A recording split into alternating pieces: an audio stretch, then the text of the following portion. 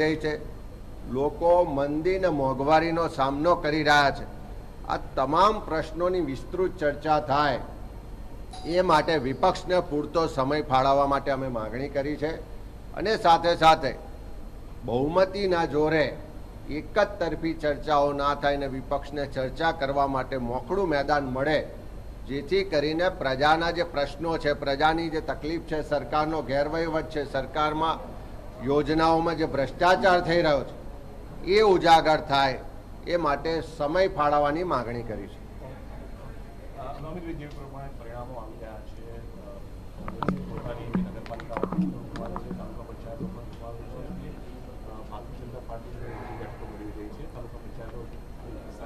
પરિણામોની સમીક્ષા કરીને એની વિગતવાર વાત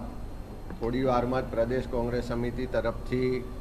પ્રેસ કોન્ફરન્સ કરીને કહેવામાં આવશે. એના પર વિસ્તૃત વાત નથી કરતો, પણ એટલું જ કહીશ કે જનતાનો જે પણ જનાદેશ છે એનો અમે સ્વીકાર કરીએ છીએ અને જ્યાં પણ અમારી કમીઓ રહી ગઈ હશે એની સમીક્ષા કરીને આગળ વધીશું.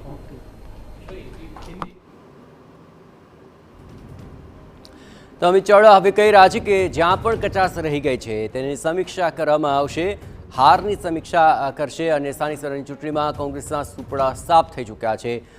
અત્યંત કંગાળ આ પ્રદર્શન રહ્યું કોંગ્રેસનું અને કોંગ્રેસ હવે હારની સમીક્ષા કરશે તેવું અમિત ચાવડા કહી રહ્યા છે.